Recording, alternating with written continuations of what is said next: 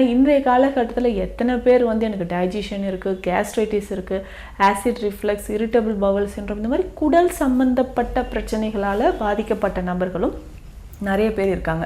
அப்போது உணவு முறையில் நாம் செய்யக்கூடிய தவறுகள் அப்படின்றது தெரிஞ்சுக்கலாம்.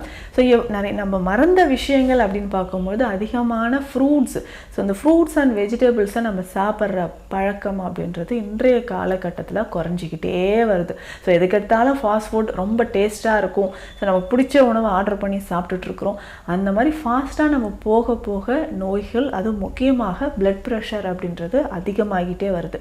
ஸோ இந்த மாதிரி பிளட் ப்ரெஷர் அதிகமாகும் போது அடுத்த கட்டமாக நமக்கு என்ன நடக்குதுன்னா, இந்த மாதிரி இதயம் தொடர்பான பிரச்சனைகளோ, ஸ்ட்ரோக், இன்றைக்கி காலகட்டத்தில் நிறைய பேருக்கு இந்த நரம்புகள் பாதிக்கப்பட்டு ஸ்ட்ரோக் வந்து ஏற்படுது.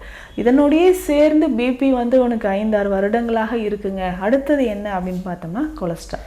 இந்த கொலஸ்ட்ரால் லெவல் அப்படின்னு சொல்லும்பொழுது டோட்டல் கொலஸ்ட்ரால் பிளட் டெஸ்ட்டில் பார்க்கும்போதே நமக்கு தெரிஞ்சிடும் டோட்டல் கொலஸ்ட்ரால் எவ்வளோ இருக்குது, HDL cholesterol, LDL cholesterol, triglycerides எவ்வளோ இருக்குது அப்படின்றதெல்லாம் தெரிஞ்சிடும்.